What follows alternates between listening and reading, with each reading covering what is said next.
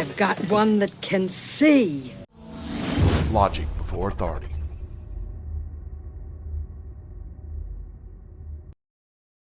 You know, the craters that they claim that an asteroid, a rock fell out the sky and struck the earth. You're going to know already. Some of you might already know just from the thumbnail, or if you were in the Beyond the Veil preview today, you know that what I'm going to show you. But I'm not just going to blurt it out. But what I'm going to do is I'm going to prove to you that these are not craters from something that struck the earth. This is something that was created by a process of the earth. Not only a process, but a very particular process. Let me pull it up and show it to you. It was recorded in history on the earth itself, in the earth itself. The evidence of it is everywhere around our world. But we're going to look at Revelation 7:1, or excuse me, 7, what is it? Is it 7?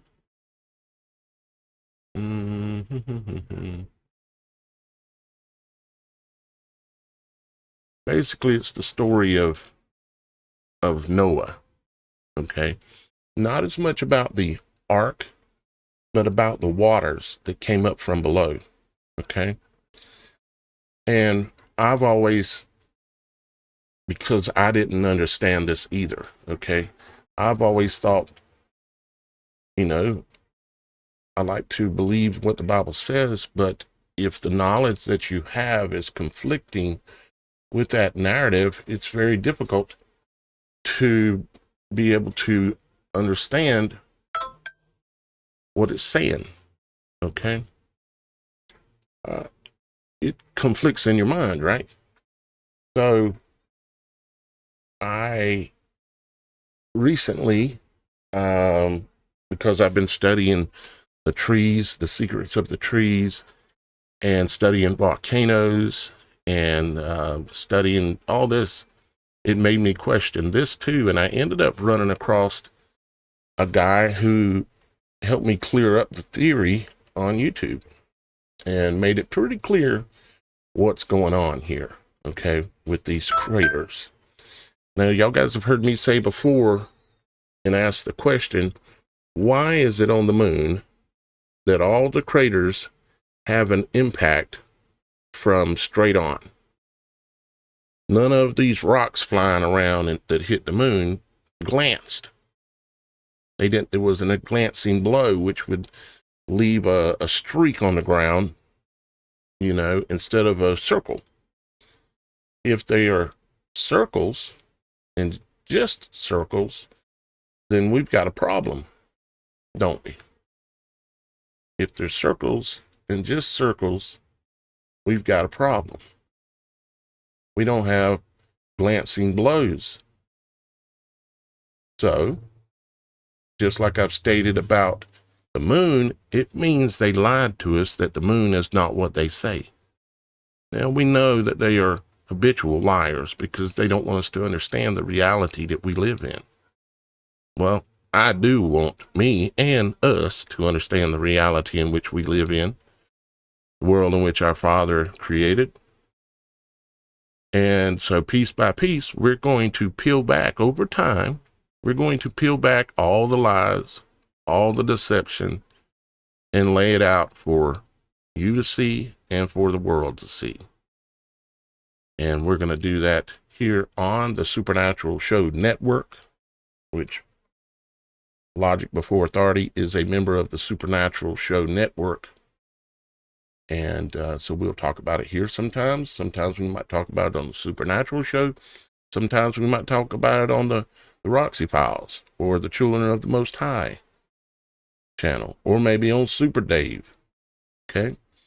And other channels that are coming that will be joining the Supernatural Show Network. Now, real quick, before we get into that, I've got to give y'all guys an update on the Supernatural Show October Superthon. I've made a promise of going live 31 days in a row for the entirety of October. Currently, I have been live technically 15 days, although it's only the 14th day of October. I've been live every day. Yesterday was, it was rough.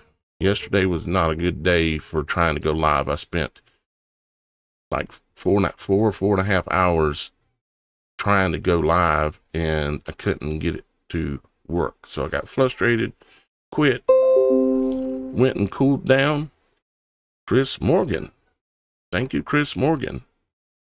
I greatly appreciate the donation, brother. It just popped up on the screen. Obviously, you are on the website and made a donation for $10. Thank you, Chris. I greatly appreciate that. Let's see, where was I? Updating you on the Superthon, which Chris just helped us out with a little bit. His number will show up on tomorrow's report, because I consider the 24-hour period from one show to the next. So we were at 1934. Let's refresh the page, see if we made any progress. And we'd made a little bit. Come on. Refresh. There we go. All right. Okay. We made it to from 1934 to $2,004. So we're 2 weeks in and we're at 2004. In order to hit this $10,000 goal, I'm going to have to do a lot more work. I'm going to have to work harder. I'm going to have to try to prove to those of you that choose not to contribute to righteous work that this is righteous work, and that so that you will choose to finally support it. You can support it in a number of ways. One, you can just make a donation. All the spots where you can donate are listed right here. You can also choose to just become a member of the channel. Okay. And you do that simply by, on the home page, you just simply click on membership right here, and it'll take you into the membership area and explain everything in detail. It's just like signing up for any other website. Okay, you sign up, it sends you an email. You confirm the email, go to your email and confirm that you signed up. And then you come back and you choose your option as to what you want, how you want to sign up. Do you want to go monthly? Do you want to go yearly? Do you want to go a lifetime? And it's all right here for you to choose from. So I would greatly appreciate y'all guys' continued support so that I can achieve that goal. One of the biggest things within that goal is going to be the purchase of a new studio PC. I'll have the current one that I have now, but then I'll have a backup. Not a backup, a brand new one. And that brand new one is going to allow me to take this even further. You can see already that I'm taking it pretty far already, but you're limited in what you can do by your CPU power, meaning how much work can it handle at once. And when I do the Supernatural show, I'm maxing it out at 100%. And it's like running your car wide open for hours, and it's overheating, about to blow up. That's basically where I'm at. And it starts stuttering. The audio messes up. The video starts messing up. Me and my guests can't hear each other right because there's like a 3 to 6 second delay when I say something before they'll hear it. It just starts messing up everything, and it doesn't work. And everything I do to add things, like adding y'all guys' chat in the video here, everything I do takes CPU power, because I know most of you don't understand, but I am literally, I'm doing the work of a full-on production studio and figuring it out and doing it myself. Thankfully, I've got the ability to figure it out. but I am pretty much to my limit. I can't go any further, pretty much there.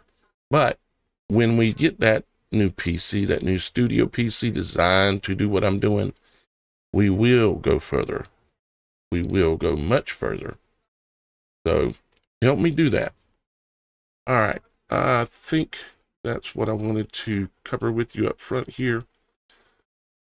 So now let's get into the main subject, which are, excuse me, the geysers. Okay, the geysers and the craters. Geysers and the craters. Now, what am I talking about? The geysers and the craters. Well, I'll show you. Okay, this is a slow motion image of a geyser. I'm not sure if this is in Iceland, okay, of the water being pushed up from below, okay. And so check this out. Of course, again, this is very slow motion, very cool looking.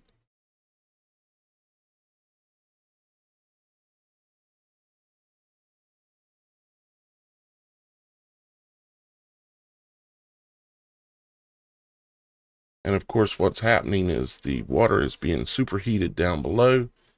It gets to a boiling point where it goes to gas. And when it goes to gas, it takes up a lot more space and it basically explodes. Pretty much very similar to how a volcano works. Okay. So now let's take a look at, let's say, another one.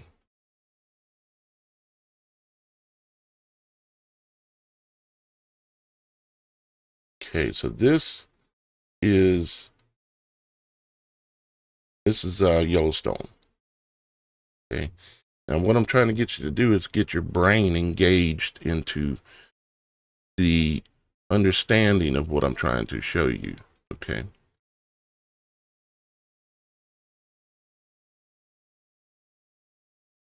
As you can see, there's vents, and of course this is Yellowstone, so we know there's a lot of hotness down there because Yellowstone used to be a massive tree, and the remnants of the tree, which are below in the ground, have transmuted over time, and you have basically the energy that the tree stored in the trunk and in the root system that goes down for miles and miles, all those roots, okay, in certain types of trees, in certain types of conditions, those roots turn to basically like a gasoline or a type of fuel, okay? And that fuel, when it gets so hot, because it's transmuting, okay, and it's under pressure, and at certain times, in certain cases, you can get explosions. In this case, with these vents, what's happening is you're getting like with the geysers, you're getting water that is being boiled. It's coming to a boil underneath the ground, and then it'll reach its flash point. And when it reaches its flash point, it explodes. And that's where the geysers come in, okay? And these type of things are all around the world. In some places where you probably maybe haven't even thought about it. Let me close these windows so maybe it'll help with my CPU, put it that way. These browsers use a lot of power. Now, I want you to look at the shape of this. Okay? Notice that it is round. Okay? Notice that all of them are round. Okay? Notice that all the craters are round. Okay? And they also have a specific look to them. Around the edge will be raised up because over time, material, dirt, rock, everything, when these geysers go off, that material gets thrown up here on the edge, as you can see. And it builds up like almost a mountain range around it. Kind of like Crater Lake in, I think it's Arizona. It's a big round lake. They call it Crater Lake, and they claim a crater hit, a meteor or something hit there, right? And all the way around the edge, there's a bunch of dirt thrown up like if something hit it. That's the story we've been sold. The truth is nothing hit it. The truth is that it was spewing from below and throwing the material up around the edges, building up those hills, those mountains, the ridge. And of course, it depends on the size of the geyser and the amount of water coming out and the massive charge related to it as to how much material is thrown around the edges, of course, too.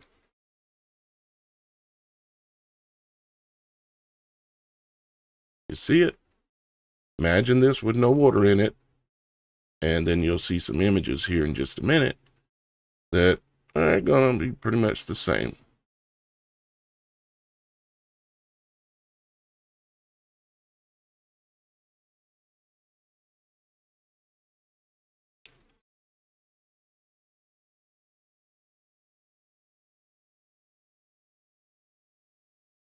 He's getting ready to blow. Let's see here.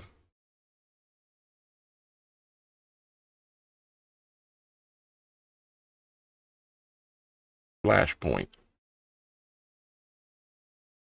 Blows it all out, then it all pours back in again, and it repeats the cycle. When the water's blown up into the air, it cools itself and then drops back down and runs back into the hole. But as soon as it reaches flashpoint again, it'll blow again.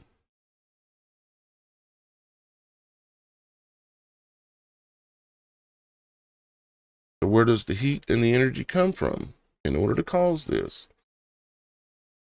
Well, there can be a number of places, but one place in the case of geysers on volcanoes, it's simply the stored energy from the tree and the tree root system. It's like lighter wood or fat wood. If you don't know what that is, look it up. It is wood that has such a high concentration of energy, hydrocarbons in it, that are produced when the tree is in the sun, pulling the energy through the leaves into the trunk and down into the root system as well. That energy doesn't just disappear when the tree dies. When it's under the ground and under the right circumstances, it's held there, and depending on the size of the tree, certain outcomes can happen. Certain outcomes like volcanoes. Okay, that's another huge lie that I literally am the person who's the first person on the planet to come out and tell the truth about volcanoes and what they are. They are the ancient remains of the giant trees of old. And if you haven't seen the evidence of the giant trees, you're going to think I'm nuts still. The theory don't work until you realize the giant trees are there and that the stumps are still there from those trees. And no, not all of them turn into volcanoes. It all depends on the elements, the climate, and what kind of a tree it was. Okay, so let's look at some of these so-called craters. Okay, now you've seen the picture that I showed you for the start of the show. Let's see. I think I have it here. Yeah.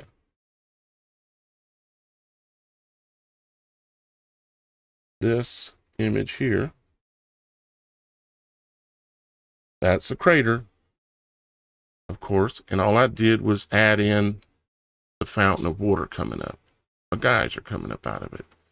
Now here's your ridge of materials around it, just like the geyser has, and the hole, just like a geyser.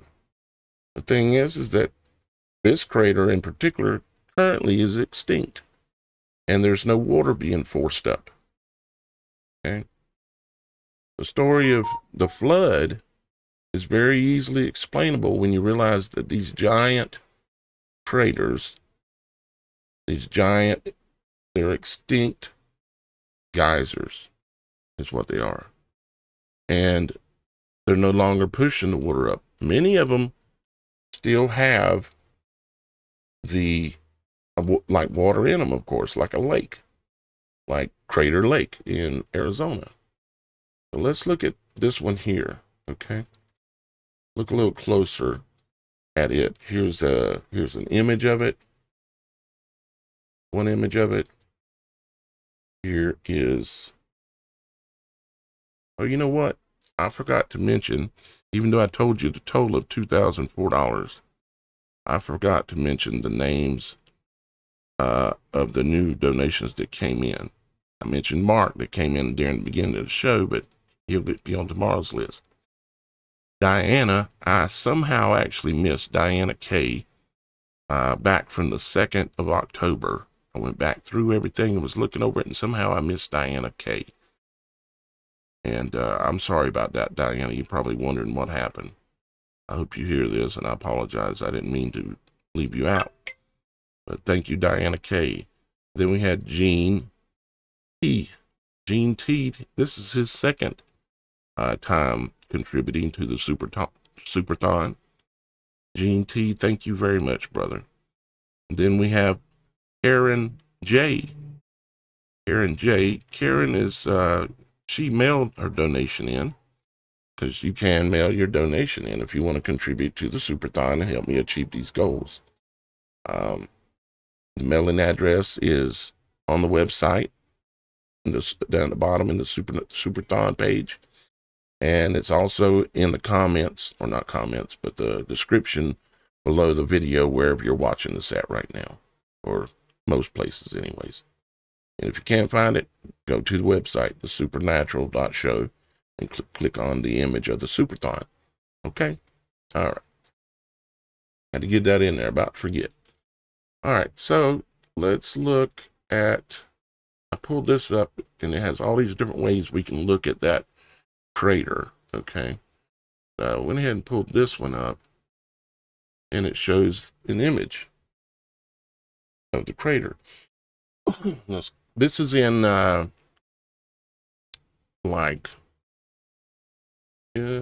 was it? Well, I can back out and show you.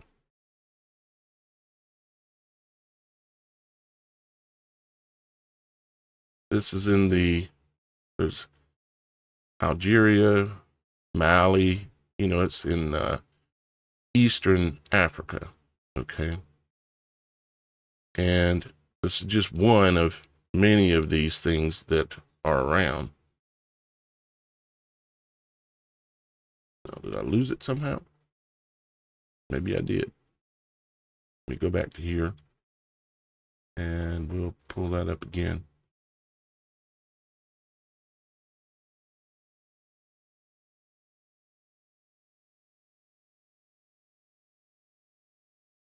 There we go. And let's see. That ain't gonna let me do bird's eye, is it? No. Just let me do this. But you can see that it's got the signature again. It's got the soil that is gained up around the edge. It's perfectly round. So the rock that they've claimed hit this would have had to have come straight down. Bam! Otherwise, it wouldn't make a perfect circle. If you don't understand what I'm saying, go outside, get a rock, and find some dirt, some sand, and throw the rock at it from different angles. And throw it at it from straight down, coming straight down at the ground. If you throw it straight down, it'll create a circle.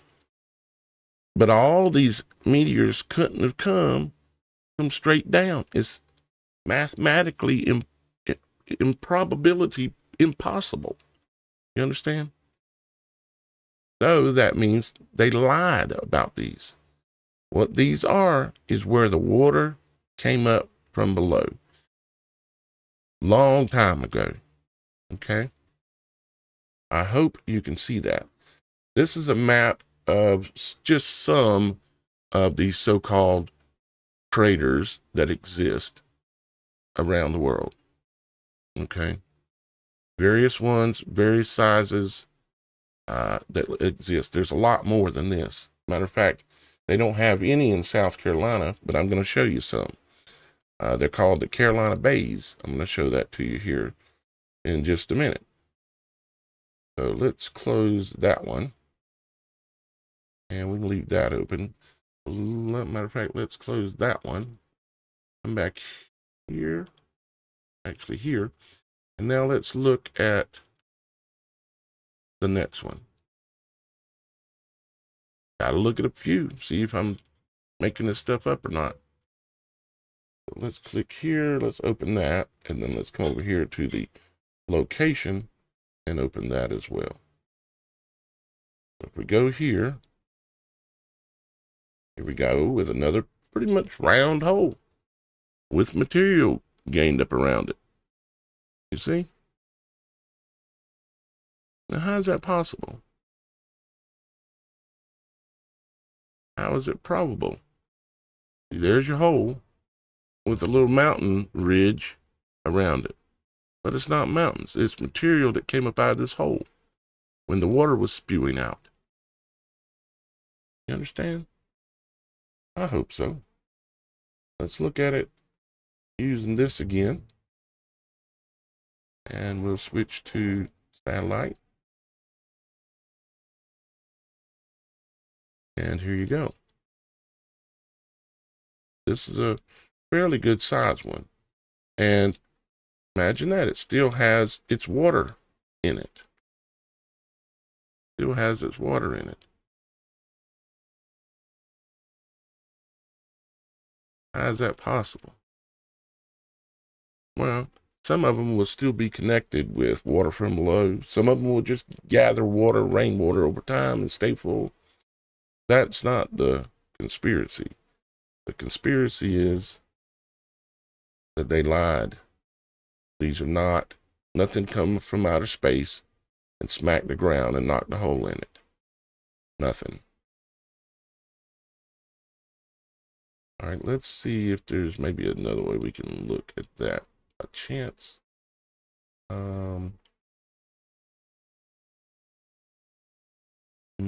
Might not be the perfect example to do that with. Let's go back to our list. Let's go down to another one.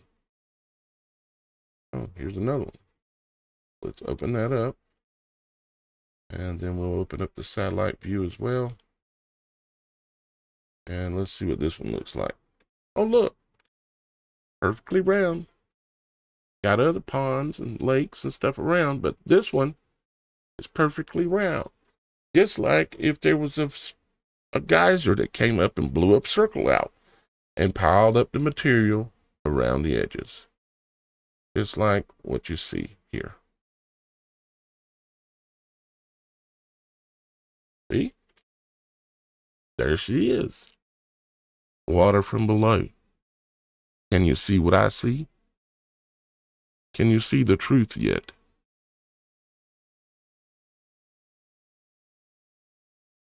The story of the earth flooding becomes a whole lot more probable when you realize these weren't craters where a rock out of the sky hit this. This is an extinct, currently, geyser where the water gates from below opened up at some point for whatever reasons God in creation made it happen. Okay? Aren't you tired of the lies? I am. Big time. And that's why I've dedicated my life to finding out the truth and bringing the truth to you. So that way you'll know. This one It's kind of small on here. This ain't a very good map. Must be right there, but oh well, that's okay. Let's keep going, shall we? All right, let's see what else we can find. There's another one. This looks pretty big, too. Let's look at it, see what we see.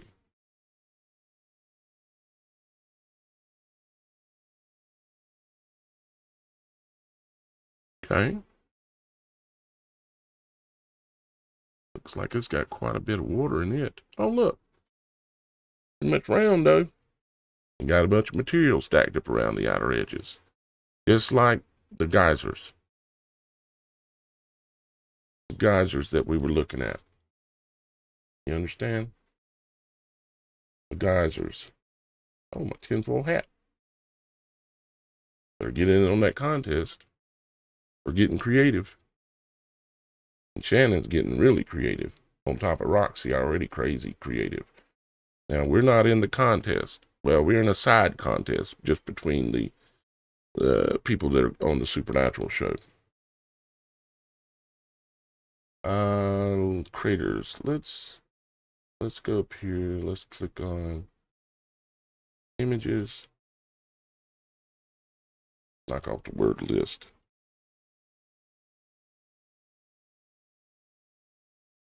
And of course, then you start to see, like this one.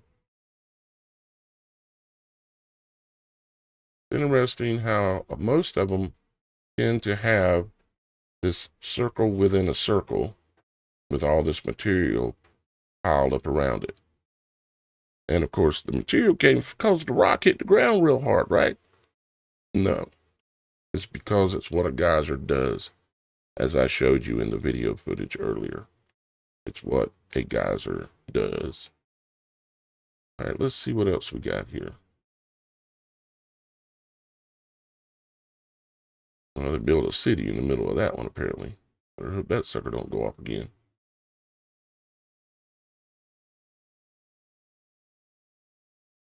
Some of them are older than others and have been kind of, you might say, worn down. Some of them are easier to see. Let's see. I had some more in this list up here. Let me see what these were.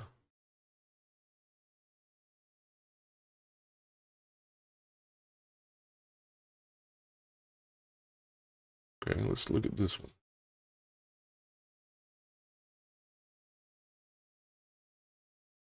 Look at that. You got the signature dirt, the same amount of dirt. That pretty much exactly the same all the way around. Just like if water was coming up from a geyser would do. It would treat and pile the dirt up in the same amounts, equally pretty much all the way around. Wouldn't it? But what do they say? This huge den is a crater lake formed by a meteorite impact 50,000 years ago. Lies. Blasphemy. And now you know. And now you know. See? Perfectly round. That's an extinct geyser. That's all it is. All right. Let's see. What else? That was another one. That was another one. That was that map. Now, let me show you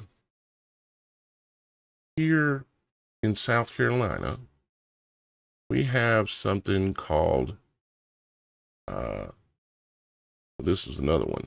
This is Crater Lake, I think, in Arizona. I believe that's what this one is. Or, no, this is in Oregon. Excuse me, it's in Oregon, I believe. And as you can see, you've got material stacked up all the way around. It's a little bit more worn down in some areas, obviously, but you got the material stacked up. And a couple of nice blobs in a couple of places. Here's another view. Crater Lake.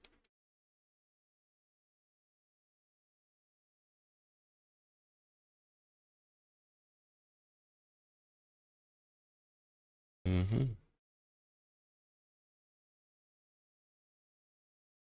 You can see how all the material is all broken and nothing is solid rock.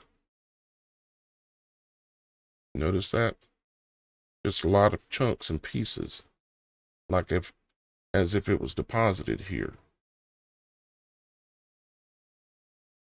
Why would that be? Because it was deposited here.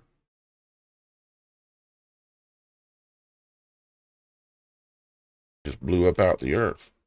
Made this hole when this crater was, when this geyser was actually active. Okay. This is a little pond called Clear Pond. It sits off of Highway 501 in between Conway and Myrtle Beach. In the area where I grew up, my brother used to tell me about how they would go to this pond and how clear the water was. Now, it don't exactly look perfectly clear here, but it don't look murky either. Just got a lot of reflection from the trees on it. And reflection, the word reflection is going to become a big word here on the channel. I've got some more teachings I've got to do about the word reflection. That may be tomorrow or the next day, something like that. I'll be bringing it. And it's going to blow your mind even some more. Reflection. Anyways, this is Clear Pond. And at one point, this was way back in the woods, my brother would talk about going here and swimming. And it was just perfect water. Clear, you know, and it was just awesome. And there come a point when I come to understand that these actually kind of existed around in a bunch of other places up and down the East Coast. And as you can see, you got a bunch of these circles, okay, all over the place. And they named them the Carolina Bays. And I wondered for many years how it happened. I considered the meteor theory. I considered all these other things, but I never considered that there could have been spots or spouts of water that could have come up out of the earth and made all these circles. Basically, if you got into a situation where there was either a large earthquake or some major release of energy, and you had a moment of liquefaction, okay, when the ground became like a liquid, it would bubble, okay, and if it bubbled, this is what you'd end up with, which is very similar to the crater geyser theory that I'm talking about, which honestly I believe it's much more than theory, but there's a lot of these along the East Coast around in here. And I suspect there was an event at some point that caused the coastline to bubble or have bubbles come up, some kind of a liquefaction event that took place a long time ago, further back than we know about. Okay, so let's go. Where was I going to go? I was going to go here, and I was going to try to show you possibly some of these locations of these craters. My mouse don't want to roll the screen properly. They're actually, you can see them easier over here. Okay, see? And it looks like there's been a little bit of subsidence towards the ocean. The ocean's right here, you see. And it looks like the soil over a long period of time has slid slightly, causing just a little bit of an egg shape, slid towards the ocean, okay, which would make sense because all this is around here is sand and clay. The rock is way far down in this area. Mostly we just have flatlands and it's rock and clay. But you can see these so-called Carolina Bays, and they're all in the exact same shape. So I had to ponder it a while to understand why they were all in the exact same shape like this. And basically a perfect circle, but just a little bit off, kind of like an egg. And it's because of, I think, subsidence. But the bubbles themselves were more like bubbles, where the ground, there was some kind of liquefaction event, and the ground literally bubbled. And yeah, so there you have it. Let me check back with y'all guys in the comments and see what y'all guys are saying. I think I can bring up a bigger chat window, maybe. I didn't close it. Oh, there it is. Okay, here we go. See what y'all guys are talking about. Yep, there's Shannon's channel. Make sure to check out the Children of the Most High and the Roxy Files, or the roxyfiles.com. That is Roxy's channel. Make sure to check those out. And a video like this, and I'm going to shorten this down and rebroadcast it at 8 o'clock tonight. Looks like Shannon and Roxy are going to go live at 7 tonight. That would be awesome. So I might push out the premiere to 8:30 or 9, something like that, so it doesn't compete with Shannon and Roxy's, because I don't want to do that. So yeah. Let's see. Daya Jobu 9. Now I can assume that I-10s are the mountains. Titans. Titans were the mountains. There's not one single answer, but a lot of the mountains were the trees and some of the parts of the trees, like the limbs and various different parts of the trees that were scattered around by the flood. Okay. And of course, all the tree stumps, not all the tree stumps, but a lot of the tree stumps are still there. Well, we were talking, yeah, Roxy, I was talking about the geysers and the craters. They're one and the same. They're all perfectly round. There are none that are, looks like a rock came from an angle, just like the craters on the moon. Now that brings up another whole subject, doesn't it? The craters on the moon. What is the moon? And what are the craters? What are we seeing? We're going to find out. We're going to know. I already pretty much think I know, but I've got to get my ducks in a row just a little bit more. Mike Smith said meteors would come in and hit at an angle if space was what we are told. Exactly.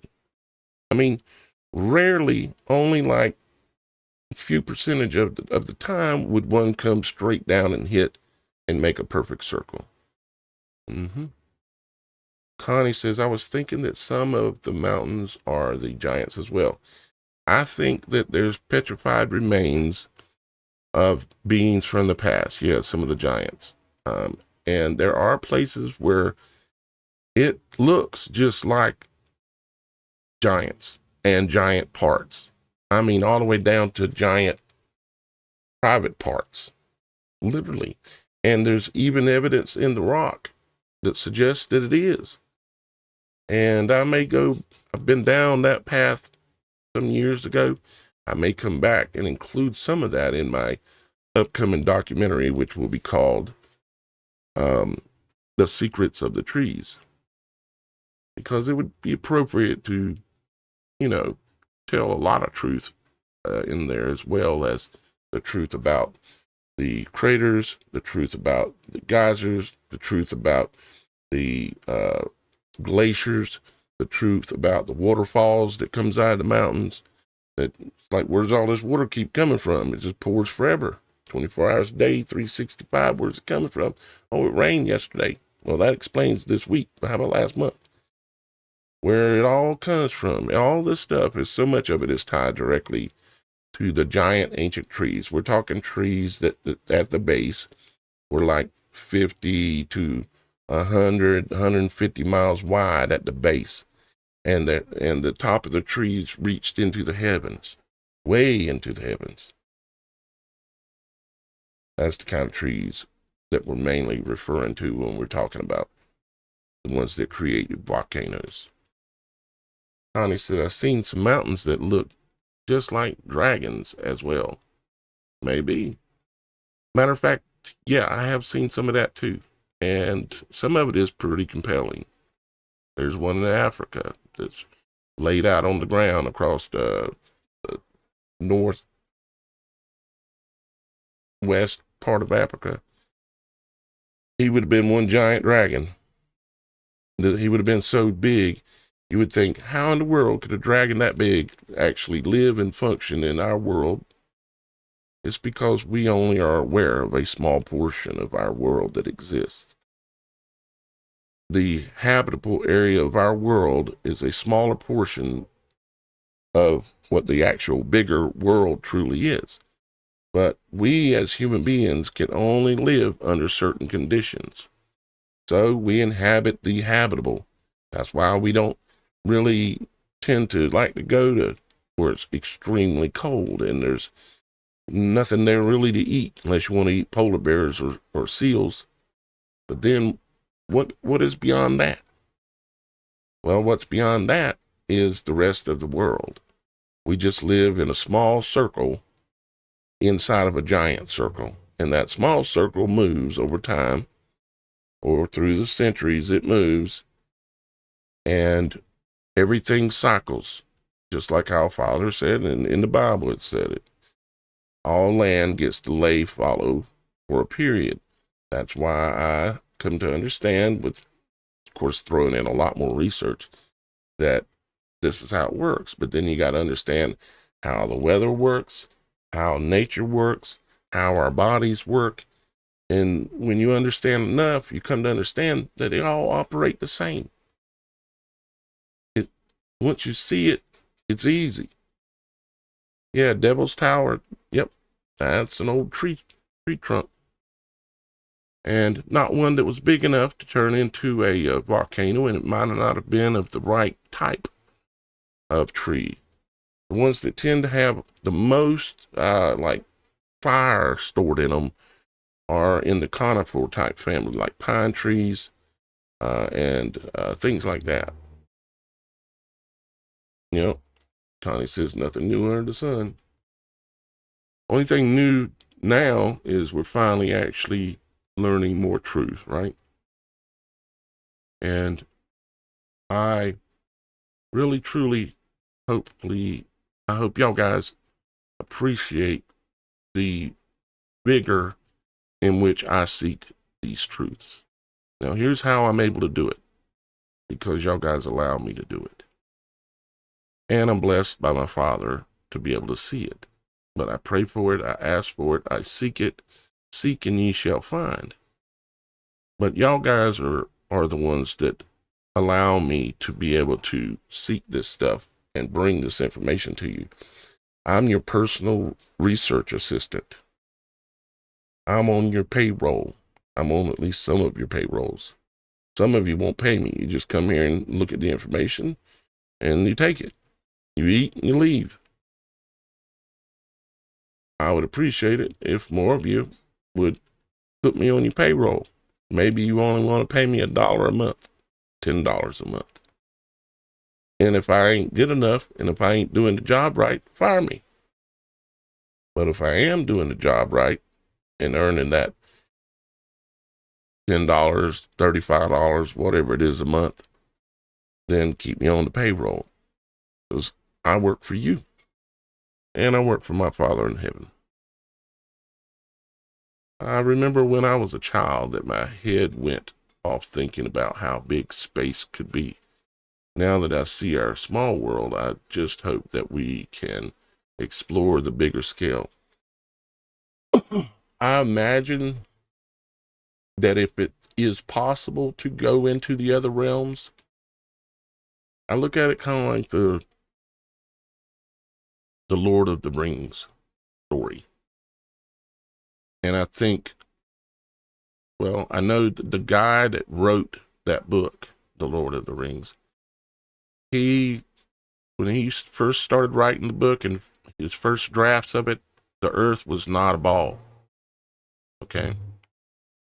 We lived in a realm that had other realms around. And some of the realms the humans could not go to. They couldn't exist there.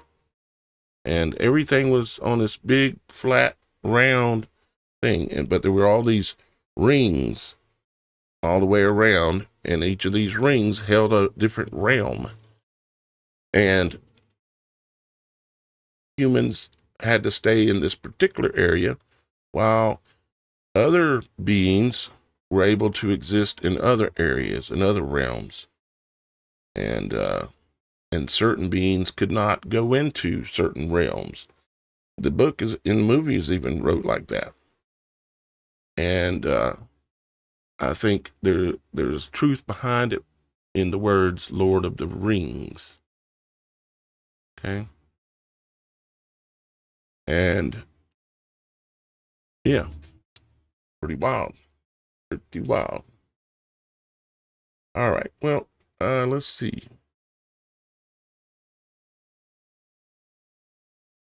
The truth was such a free. What? Set you free. Probably what you meant. Well, I don't know what you meant. But anyways, thank you, Chosen 333. Even people like me, unfortunately, the truth is not free because I have to eat. I have to have, in order to do these broadcasts, I have to have proper equipment. I barely have proper equipment. And the food I eat comes from the local pantry, about 85% of it. I don't go out and eat dinners. I don't do these things. I sacrifice everything I can so that I can continue this work. And if you think I'm kidding, joking, or lying, you shouldn't be here. And just ask Roxy, or ask Shannon, or ask Miss Kim. She knows. She's had to sacrifice too. She's my girl, and I love her because she does sacrifice. So, the trees in the Lord of the Rings, called the Ents, I think, are living, walking beings. Right? And that's an interesting thought about the trees being living, meaning, somewhat conscious. I'm not saying they were or they weren't, but it's an intriguing thought. Very intriguing. All right. Well, guys, I think I held you long enough. I wanted to get the point across. I will be going back into this more, and I will be including this understanding in my upcoming documentary called The Secrets of the Trees. And I don't know exactly how long it's going to take me to get it produced. Like right now, I really don't have enough time to do the things I need to do. Simply because I've promised to go live 31 days. Today is my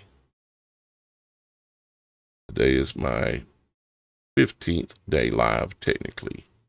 And imagine having to go in front of a large crowd 15 days in a row and being able to have something interesting to say. It ain't easy, but somehow I'm managing to pull it off.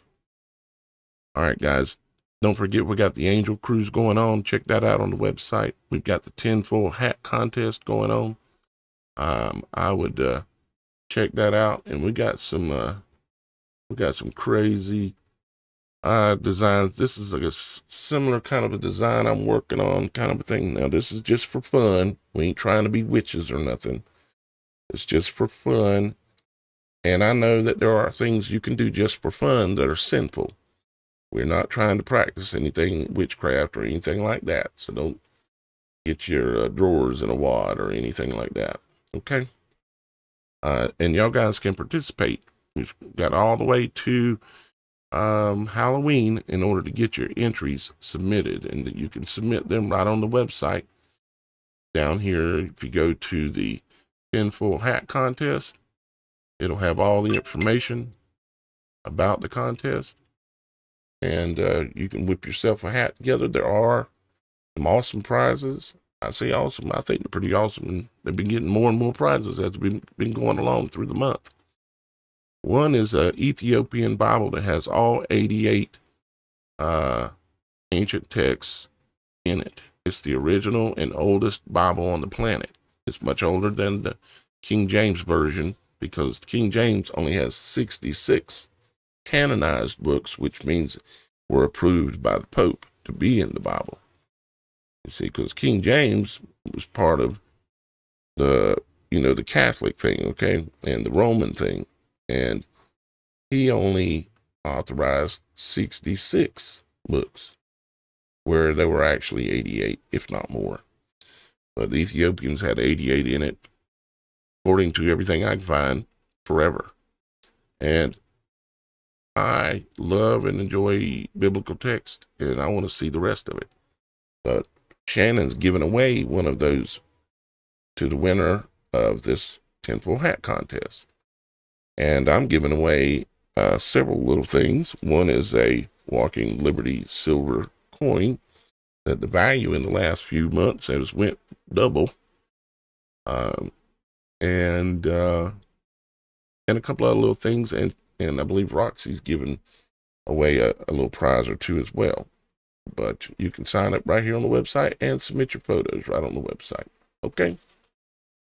All right. Well, I'm going to get on out of here. I love you guys. Thank you for your time today. And make sure to check in with Father every now and then. He likes to hear from you in private. He's like that. All right. Bye-bye for now.